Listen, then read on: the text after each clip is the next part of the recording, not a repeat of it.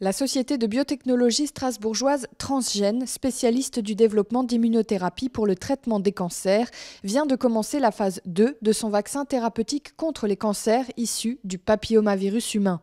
La docteure Lauriane Eberst, oncologue gynécologique, suit à Strasbourg la première patiente à être incluse dans l'essai clinique de Transgène. C'est une dame qui est arrivée juste au moment où le protocole venait d'ouvrir chez nous.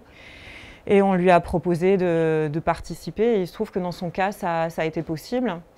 C'est un protocole dans lequel il faut avoir un test d'abord pour rentrer. On fait ce qu'on appelle un génotypage du virus, du papillomavirus. Et pour pouvoir participer, il faut avoir le seul sous-type qui est ciblé par le vaccin, le sous-type 16.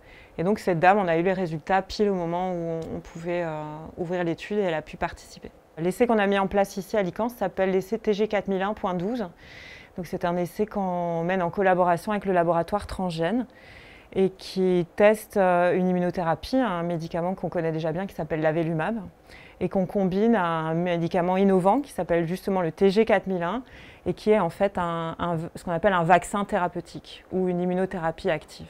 Et cette nouvelle molécule, c'est en fait un virus qu'on a génétiquement modifié pour y insérer des protéines de l'HPV, qui est le virus, donc le papillomavirus humain, qui est le virus qui est responsable de différents cancers au niveau de la sphère anogénitale, le cancer du col de l'utérus, du vagin, de la vulve, du pénis et du canal anal. Donc c'est une combinaison innovante et l'essai cherche à tester cette combinaison vaccin plus immunothérapie par rapport à l'immunothérapie seule.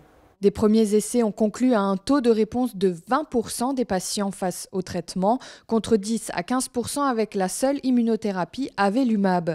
Le protocole clinique à appliquer est complexe et précis. De nombreux acteurs interviennent dans la mise en place de l'essai clinique. L'organisation, elle est réglée au cordeau. On est très nombreux à participer à cette étude. Autour du patient, il y a le médecin, il y a les infirmières de recherche clinique qui sont là pour l'administration du traitement, pour le suivi infirmier. Il y a la pharmacie, il y a les attachés de recherche clinique qui s'occupent de transcrire toutes les informations médicales dans une base de données. Moi, en tant qu'infirmière de recherche clinique, je prends en charge la patiente, je l'installe et je envoie un mail à la pharmacie pour que la pharmacie puisse me fournir le vaccin qui doit être injecté à cette patiente. Pour injecter ce genre de produit, il faut être habilité. La deuxième chose qui est très intéressante dans cette étude, c'est qu'il y a une proximité avec la patiente. L'essai clinique pourra inclure jusqu'à 160 patients dans toute la France. Une analyse intermédiaire est envisagée au second semestre 2022. La commercialisation du vaccin, quant à elle, est espérée à partir de 2026 si les conclusions sont positives.